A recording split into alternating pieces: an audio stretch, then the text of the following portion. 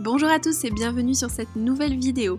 Aujourd'hui je vous propose de réaliser une pizza rouge avec sauce tomate, mozzarella, speck et basilic qui devrait ressembler normalement à ce résultat. Allez, c'est parti, à vous de jouer. Pour réaliser la pâte, il vous faut 250 g de farine, 12 g de levure fraîche ou 7 g de levure boulangère déshydratée, 1 cuillère à café de sucre, 2 cuillères à soupe d'huile d'olive, 150 ml d'eau tiède et 4 pincées de sel. Pour commencer, émiettez votre levure fraîche ou versez votre sachet de levure déshydratée dans l'eau tiède. J'insiste bien sur le fait qu'il faut de l'eau tiède. Si vous mettez de l'eau froide ou trop chaude, vos levures ne vont pas s'activer, cela empêchera votre pâte de lever. Rajoutez 1 cuillère à café de sucre. Alors le sucre, il est là justement pour nourrir les levures et leur permettre de bien se développer. Et vous faites mousser le tout pendant environ 10 minutes. Pendant que vos levures s'activent, mettez dans la cuve de votre robot la farine, l'huile d'olive et le sel. Munissez-vous de l'embout crochet. Si vous n'avez pas de robot, mettez tous les ingrédients dans un grand récipient et faites un pétrissage à la main.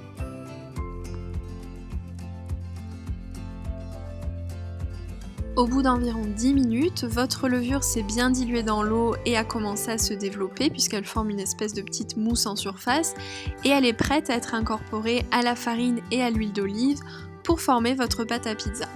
Donc il faut la verser progressivement dans le mélange que vous avez déjà mis dans la cuve du robot et vous allez voir qu'au bout de quelques secondes, une boule va se former autour du crochet.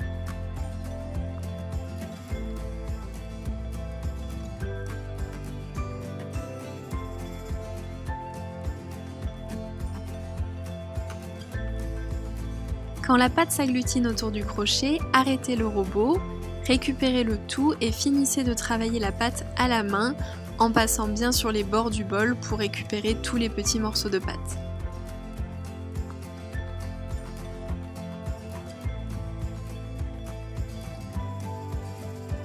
Formez progressivement une boule de pâte, n'hésitez pas à utiliser un petit peu de farine pour éviter que ça colle trop à vos mains.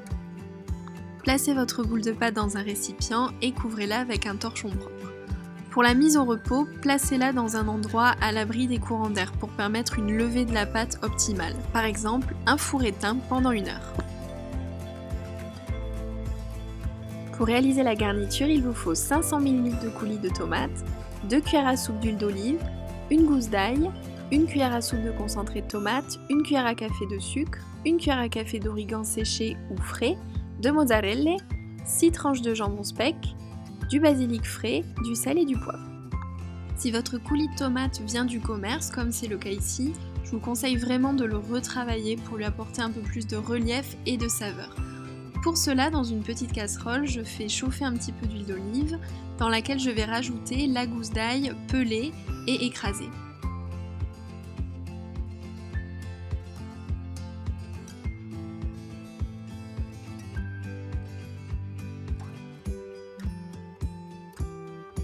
Au bout de quelques secondes, quand l'ail crépite, donc attention, il ne faut pas qu'il soit brûlé ou trop doré, vous allez pouvoir ajouter tout le reste des ingrédients, à savoir le coulis de tomate, le sucre, le concentré de tomate et l'origan séché. Si vous n'avez pas d'origan, vous pouvez complètement utiliser d'autres herbes comme du thym, du romarin, c'est en fonction de ce que vous avez à disposition.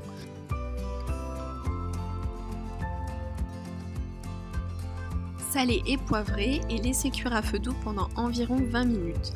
Le but de cette étape ici, ça va être de réduire la sauce, c'est-à-dire d'enlever un petit peu de son eau pour qu'elle se concentre en goût et qu'elle ait plus de saveur.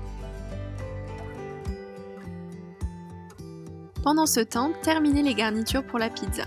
Coupez 2 petites mozzarella en rondelles ou bien une grosse mozzarella, lavez et séchez des feuilles de basilic frais et décollez les tranches de jambon speck.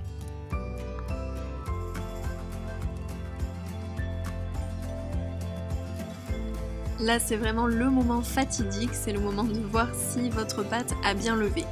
C'est le cas de la mienne, elle a doublé voire triplé de volume et elle est bien aérée. La première étape, c'est de la dégazer, c'est-à-dire enlever tout le gaz qu'elle a pu développer pendant la levée. Donc vous mettez simplement des petits à-coups et vous allez venir la travailler sur un plan fariné pour ensuite pouvoir l'étaler au rouleau à pâtisserie.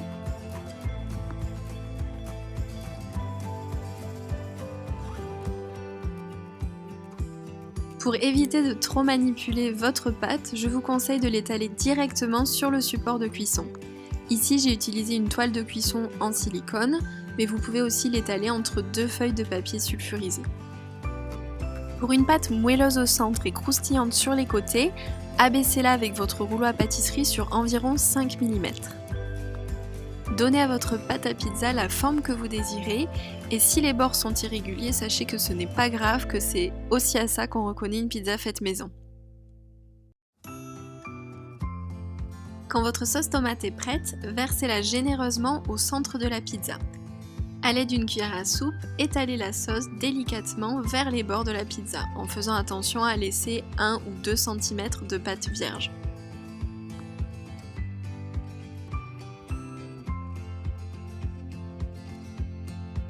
Répartissez les tranches de mozzarella sur l'ensemble de la pizza. Assaisonnez avec un filet d'huile d'olive, un peu de sel et de poivre.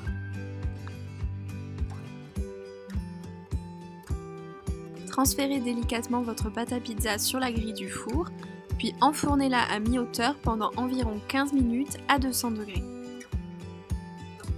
Après 15 minutes de cuisson, vous devez obtenir une pâte à pizza légèrement dorée sur les côtés.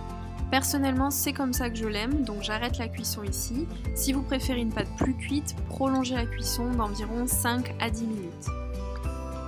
Transférez la pizza dans un plat adéquat en faisant attention à ne pas vous brûler et terminez le dressage. Répartissez uniformément le jambon et le basilic sur la pizza. Ces 2 ingrédients sont ajoutés à la fin car ils supportent mal la cuisson.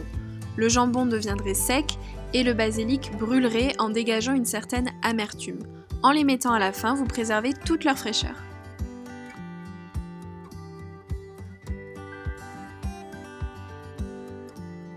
Et voilà, la recette est terminée, vous n'avez plus qu'à déguster votre pizza. J'espère que la vidéo vous a plu. Si vous avez des questions, n'hésitez pas à me les poser en commentaire. À bientôt!